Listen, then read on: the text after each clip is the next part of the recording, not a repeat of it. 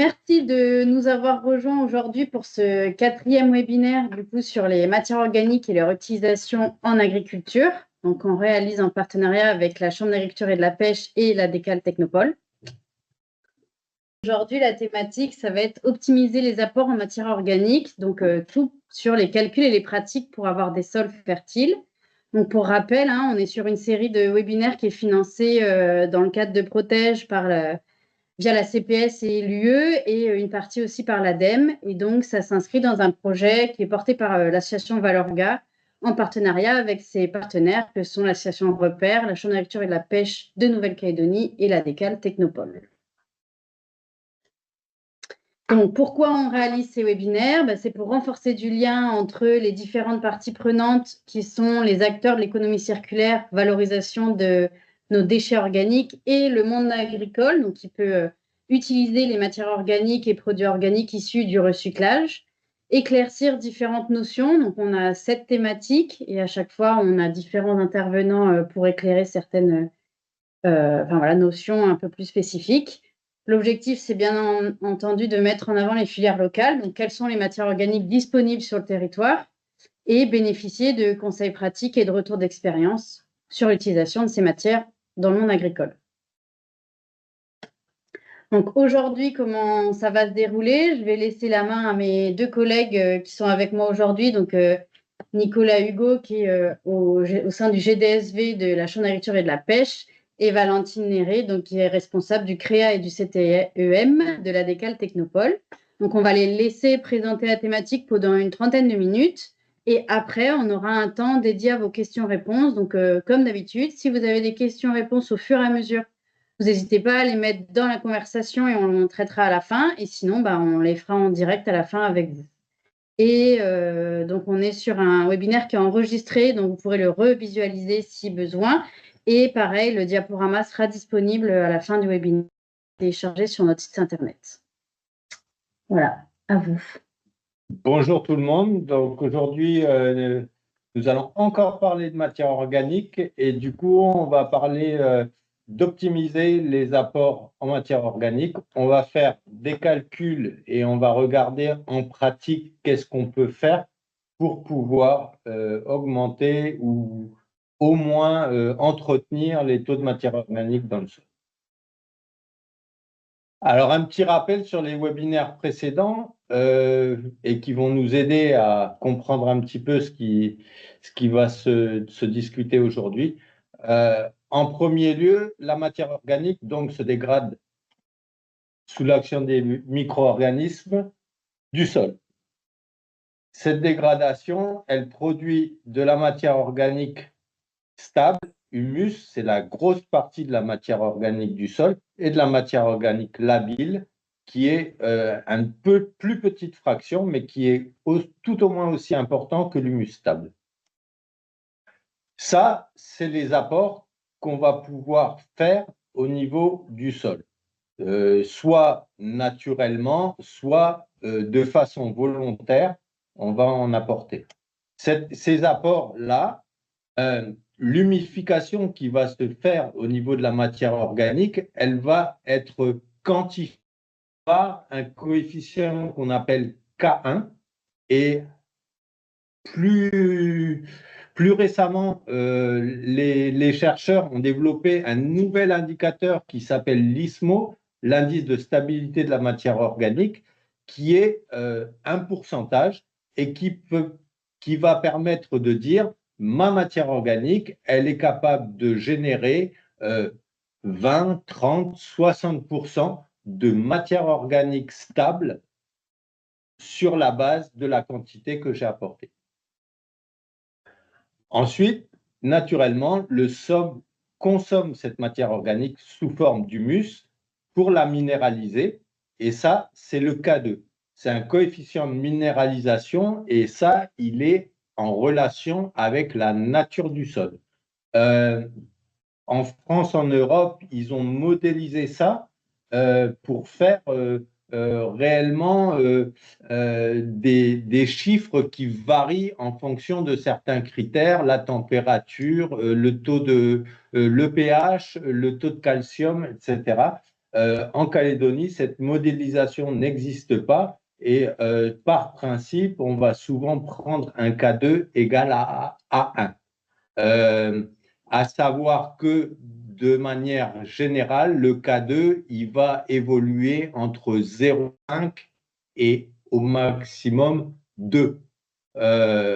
Donc, quand on se met à 1, en général, c'est 0,5, 1,5, et quand on se met à 1, ben, on est sur un sol moyen, on va dire, en termes de fonctionnement vis-à-vis de la matière organique. Donc, cette minéralisation, elle se fait sur la base d'un stock de matière organique dans le sol, et ce stock de matière organique dans le sol, c'est votre pourcentage de matière organique du sol.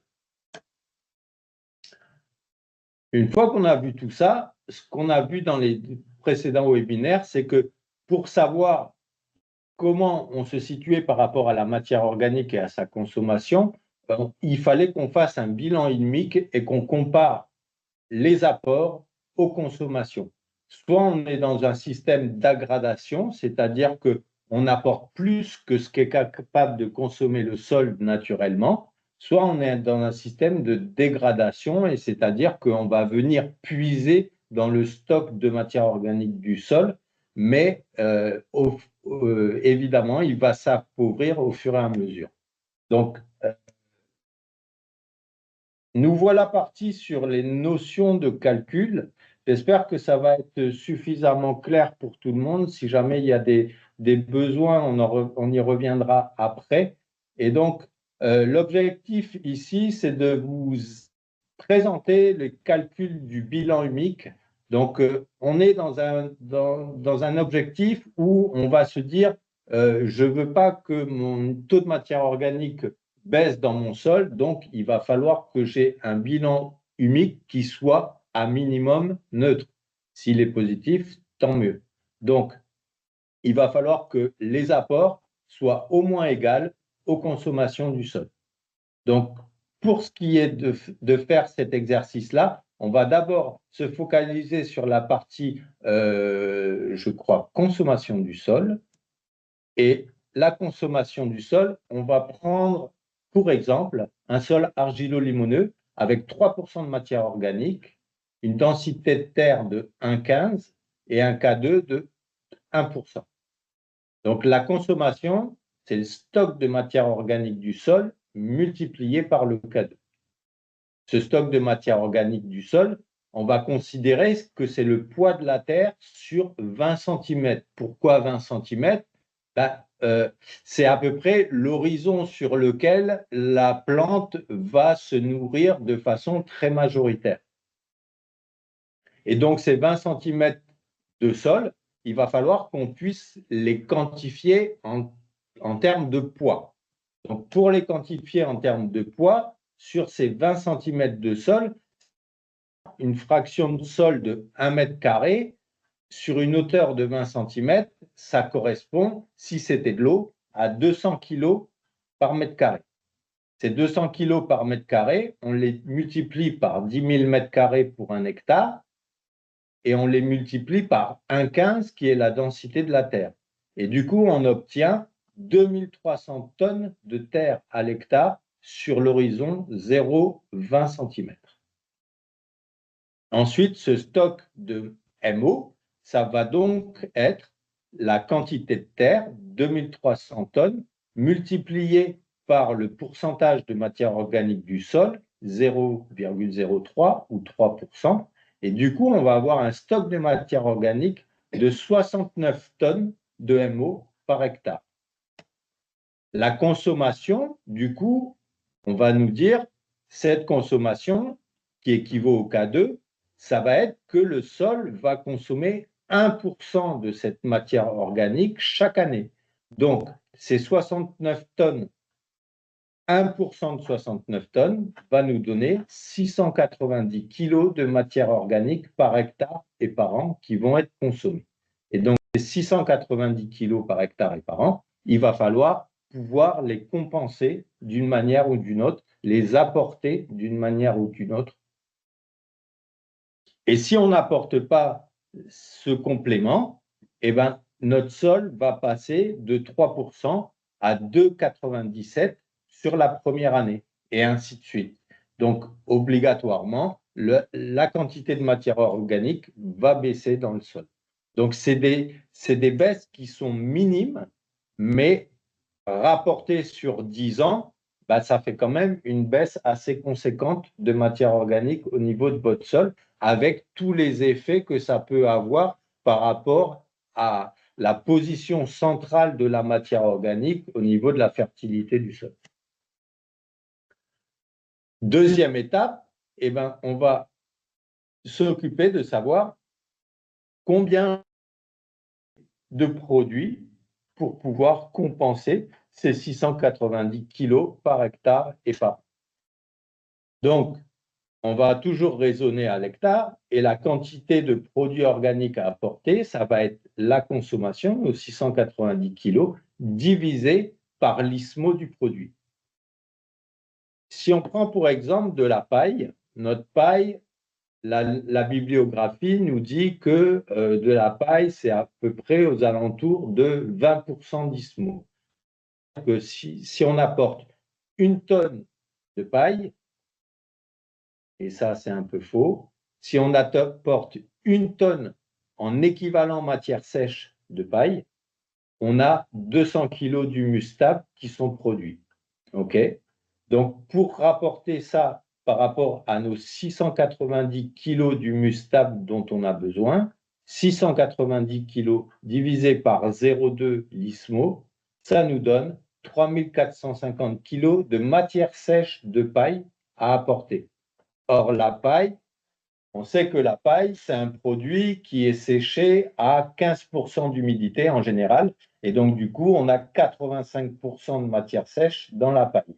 Et donc, 3450 divisé par 0,85, 85%, ça nous fait 4 tonnes de paille par hectare et par an qu'il va falloir apporter pour compenser cette consommation de 690 kg qui est faite par le sol.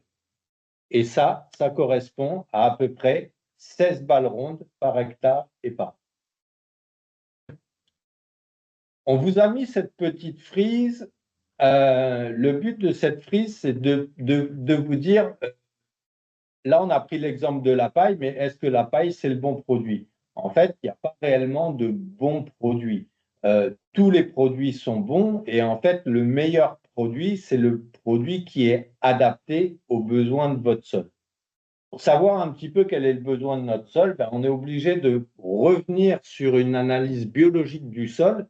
Et là, les labos vont pouvoir vous déterminer de quoi votre sol a le plus besoin. Est-ce qu'il est déficitaire en matière organique liée, c'est-à-dire qu'il a un niveau de matière organique dans le sol qui est trop faible? Est-ce que il a un bon niveau de matière organique, mais elle est bloquée et du coup, ça veut dire que c'est la biomasse microbienne et le déficit en carbone minéralisable qui sont déficitaires. Et là, du coup, ça va demander d'autres types de produits. Donc, si vous voulez aller dans ce niveau de détail pour pouvoir mieux identifier quel type de produit vous allez avoir besoin, il va falloir passer par une analyse biologique du sol. Et sinon, vous pouvez identifier soit des produits qui vont être médians aux alentours de votre situé à 50% d'ISMO et comme ça va pouvoir apporter un peu de tout, ou bien vous allez pouvoir faire un complément entre deux produits qui vont être aux antipodes. On a fait l'exercice de pouvoir placer sur cette frise quelques-uns des produits locaux.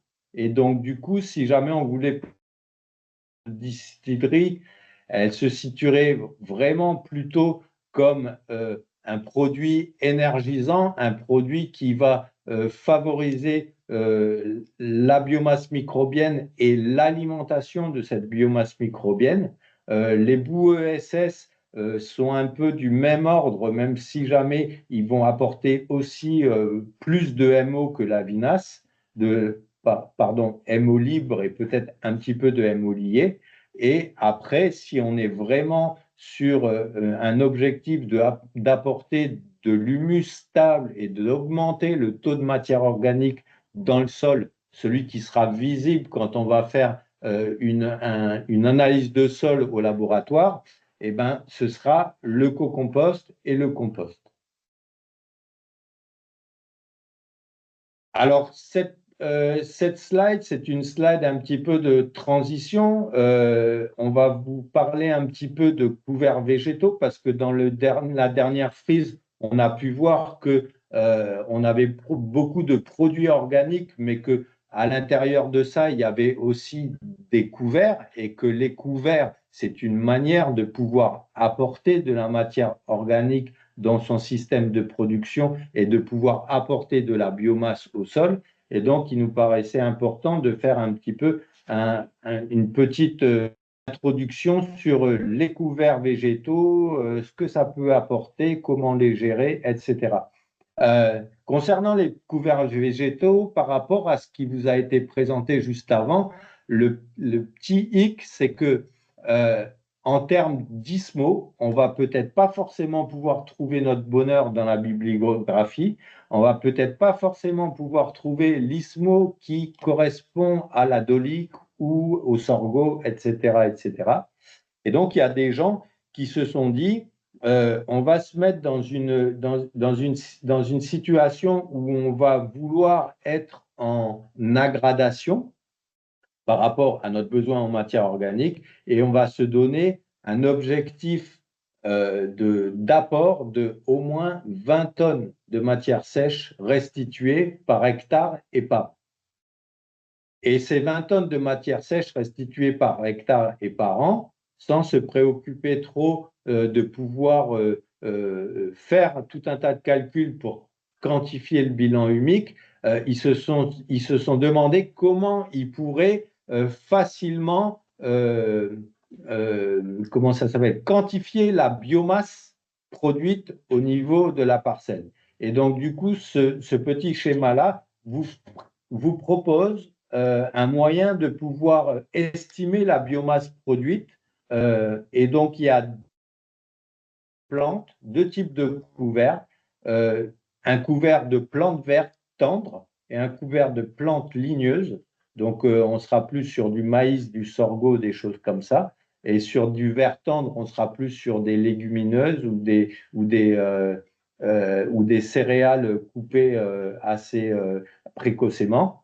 Et donc, la frise se lit de la manière suivante. Par exemple, si on prend 1 mètre, ça c'est la hauteur comment ça s'appelle, c'est la hauteur de la culture. Si on prend une culture, un couvert qu'on va couper à 1 mètre de hauteur, si c'est une plante verte et tendre et qu'elle est plantée assez dense, elle va nous produire 4 tonnes de matière sèche par hectare. Et si jamais on est sur des plantes ligneuses, pour la même hauteur, à 1 mètre, si on est dans du assez dense, eh ben, ça va faire 5 tonnes. Et donc, ça, c'est un petit outil qu'on trouvait sympa. Pour plus d'infos, vous avez un petit lien en bas là, et vous pourrez aller consulter des informations complémentaires sur leur site. Du coup, je vais passer la main à Valentine, qui va vous rentrer un peu plus dans le vif du sujet par rapport aux couverts végétaux. Ça marche. Merci, Nicolas. Du coup, ça, c'est des globalement qui ont été calculés sur des zones tempérées, qui sont en cours d'être calculés localement. Il y a déjà des bons éléments. Globalement, un couvert végétal, ça apportera plus ou moins de sucre et plus ou moins de lignine selon plusieurs caractéristiques. D'abord, sa biomasse, comme on l'a vu, sa croissance, sa vigueur, mais aussi du coup sa santé. Plus il est en bonne santé et plus il est riche, il aura un couvert malade, déjà va avoir un peu plus consommé pour essayer de retrouver sa bonne vigueur. Et après, du coup, il y aura aussi sa composition. Donc, on a pu voir que les céréales, maïs, sorgho, donc c'était plutôt plus de biomasse, mais c'est aussi souvent plus de lignine. Alors qu'une légumineuse, c'est souvent plus de sucre, plus de matière facilement digestible. Le couvert, il va apporter aussi différemment selon son âge. Plus il est jeune et plus il va apporter de la matière très digestible, et plus il vieillit et plus il s'enrichit en matière ligneuse. Et après, ça va aussi dépendre de son mode de destruction et d'incorporation, qu'on va voir par la suite. Les couverts végétaux et du coup les minéraux. Donc, on a fait une courbe d'évolution des éléments contenus dans la plante au cours de son cycle. Donc, les valeurs, elles sont connues au niveau de zones tempérées et pas encore connues en Calédonie. Mais globalement, ça va suivre le même tracé. Donc, jusqu'à l'épiaison et la floraison, on va avoir une progression de la matière facilement digestible, donc de l'azote dans la plante. Il va y avoir de plus en plus d'azote. Et à partir de la floraison, du coup, on a des éléments peu digestibles qui vont être en plus grand nombre dans la plante. Donc, si on voulait raisonner sa fauche de couvert en fonction de son besoin, si on a besoin d'un apport riche en azote, en matière digestible pour son sol, on va faucher du coup bien avant la floraison. Pas trop tôt pour pas qu'elle soit petite, quand même apporter de la biomasse, mais globalement à partir des dernières feuilles et du gonflement. Si, à contrario, on veut plutôt un apport très pailleux, on va couper bien après floraison. Et si on veut botter un petit peu en touche et faire une coupe équilibrée, où on apporte aussi bien de la matière facilement digestible que de la matière peu digestible, on fait du coup un point de coupe au début de la floraison. Juste avant la floraison, au début de floraison.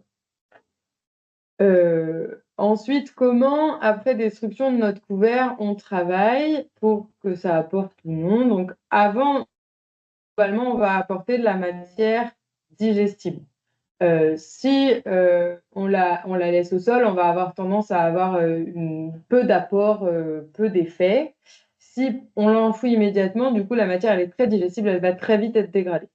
Le bon équilibre risque-effet serait du coup de la laisser un petit peu au sol, puis de l'enfouir légèrement pour apporter une matière organique qui est digestible dans notre sol. Contre, du coup, si on la détruit après floraison, là, on apporte plutôt une matière peu digestible et pareil, peu d'effet si on la laisse uniquement au sol. Si par contre on la laisse un petit peu au sol et qu'on l'enfouit ensuite, on a un bon équilibre. On a quand même un petit risque de fin d'azote, mais qui est moins important que si on l'enfouit directement, où là on a un gros risque de fin d'azote. Donc il faut bien connaître son système, soit en compensant ce risque par un apport de matière digestible, soit parce qu'on est dans un système où on a un sol avec beaucoup de matière digestible, matière organique digestible dans notre sol. Quand on parle d'enfouissement léger, on parle de 5-7 cm. On ne parle pas de 10, de 40, de gros labours. On parle vraiment d'un enfouissement léger, superficiel, juste pour incorporer la matière avec de la matière de sol. Donc, si on résume ça un peu plus synthétiquement, quand on apporte du végétal ligneux, donc c'est souvent post-floraison, c'est de la matière organique peu digestible qui va du coup demander de l'énergie, de l'azote du coup au sol pour être consommé. Donc, c'est judicieux de contrebalancer cet apport par du végétal vert qui est facilement digestible. Et le mieux, c'est encore d'apporter du coup une légumineuse qui là est source de beaucoup de matière organique énergisante. Ça va nous rendre un système fonctionnel et autonome. Globalement, donc, il y a ce centre de développement de l'agroécologie métropolitain qui a étudié donc des systèmes. Donc, c'est des systèmes pas forcément appliqués ici, mais là, ce qui est important de regarder, c'est que dans ce système, ils font une rotation de culture. Donc, il y a d'abord une paille, une céréale avec la paille qui est exportée, puis un couvert en interculture. Ensuite, on fait faire une légumineuse, à nouveau une céréale, puis une céréale à grande paille du maïs, comme on va faire régulièrement ici, des couverts végétaux et à nouveau un maïs. Sur cette rotation de culture où est intégré du couvert végétal, on peut s'apercevoir quand même qu'on a un déficit en carbone cumulé sur plusieurs années, 5 ans, de 39 tonnes de matière sèche. Donc, ce qu'on peut retenir, c'est que même en faisant quelques couverts végétaux dans notre rotation, si ce n'est pas systématique, il y a un besoin de faire un abonnement organique complémentaire pour compenser ce déficit en carbone et pouvoir soigner la santé de notre sol. Du coup, on a voulu vous donner quelques exemples de bilan humique. Donc, sur un bilan humique plutôt négatif, donc si on exporte intégralement notre culture, donc à la fois notre grain, le fruit et le végétal du sol, ça va nous donner un impact négatif sur le sol, mesurable à moyen terme. Donc, comme on l'a vu avec Nicolas tout à l'heure, on va perdre du coup tous les ans 3% de matière organique. De matière stable, on va diminuer de 0,3%. Donc, on va avoir une dégradation du système. On va plus consommer que faire d'apport. Si on voulait donner un bilan, du coup, un exemple de bilan neutre, donc on fait une culture, on exporte son grain ou son fruit, on restitue la partie végétale du sol et on fait un petit amendement énergisant pour compenser. Donc ça va avoir un impact négatif neutre sur le sol. On consomme autant qu'on apporte. Si on voulait prendre un exemple de bilan positif, donc on exporte le grain ou le fruit, on restitue la partie végétale, on fait un couvert végétal qu'on peut partiellement exporter pour le bétail par exemple, et qu'on amende également un petit peu par un apport organique. Donc ça va avoir un résultat, un impact positif sur le sol qui va être mesuré à long terme. On va avoir une aggradation légère du système, on consomme un peu moins que ce que l'on apporte. Et enfin, un exemple de bilan humique très positif. Donc, on exporte son fruit ou son grain, on restitue la partie végétale, on fait un couvert à très forte biomasse juste après, qu'on restitue totalement à notre sol, et en plus, on fait un amendement de produits organiques. Ça va avoir un résultat très positif sur le sol, ça va être mesurable à moyen terme, et on va avoir une aggradation très positive du système, donc beaucoup moins de consommation que d'apport. Il fallait du coup qu'on tire une conclusion de ce webinaire, de ces questions de matière organique et de couvert, c'est qu'il n'y a pas de solution miracle. Il est primordial de restituer de la matière organique à son sol avec plein de solutions possibles. Donc aussi bien les couverts végétaux que les amendements, que les produits organiques fertilisants, et il y en a d'autres. Ce qui est important, c'est de personnaliser son assolement et ses pratiques pour intégrer durablement la restitution de matière organique dans son système. Et on va passer du coup aux questions-réponses. Pour compléter sur les couverts, moi, c'est pas trop ma partie, mais je sais qu'il y a un livret qui est paru cette année ou l'année dernière. Alors, je sais plus. L'année dernière. C'est dans le cadre de Protège. Ouais, qui a été fait un cadre de Protège, donc en partenariat Chambre, ADECAL et peut-être d'autres que j'oublie, mais en tout cas, ils sont téléchargeables sur le site de la Chambre d'agriculture, ça c'est sûr, et sur le site de la Technopole aussi. Donc, pas hésiter, il y a pas mal de ressources qui sont sorties dans le cadre de Protège, donc d'aller farfouiller un peu là-dedans sur les différentes espèces, etc. Pas hésiter à revenir vers nous s'il y a des questions, des interrogations aussi. On est aussi là pour ça. Et donc voilà, pareil, pour tout ce qui est apport d'amendement, et bien savoir quel est leur ISMO et des choses comme ça. C'est ce que je présentais un peu au dernier webinaire, mais c'est des analyses qui n'ont pas forcément été faites par le passé, mais qui se développent au niveau des fournisseurs de produits organiques locaux. Et donc, on est en train, notamment toujours dans ce cadre de ce gros projet-là, dans lequel s'inscrit le webinaire, de mettre aussi à jour le catalogue des produits organiques locaux, avec notamment des données sur les ISMO et autres, sur les produits organiques, sur des exemples de calcul d'apport. Qu'est-ce que ça apporte pour les fertilisants en termes d'éléments fertilisants, pour les amendements en termes de matière organique stable, etc. Donc, c'est quelque chose qui va ressortir d'ici fin novembre, début décembre. Donc, pareil, on essaye de développer les références en local et les informations sur tout ce qu'on peut avoir localement. Donc, pas hésiter à consulter nos différents sites et à rester connecté à ce qu'on peut vous proposer comme élément qui permet de centraliser les infos. Merci pour votre participation et le prochain est dans 15 jours, donc le 29 octobre. Et là, on parlera des engrais organiques locaux. Donc, on fera un petit tour d'horizon de qu'est-ce qu'on a localement et ensuite, il en restera encore 2 derrière. Donc, pas hésiter à rester connecté pour être avec nous jusqu'au bout de l'aventure. Merci à vous et merci à nos 2 intervenants aujourd'hui et à la prochaine. Au revoir tout le monde. Au Merci revoir. beaucoup, au revoir.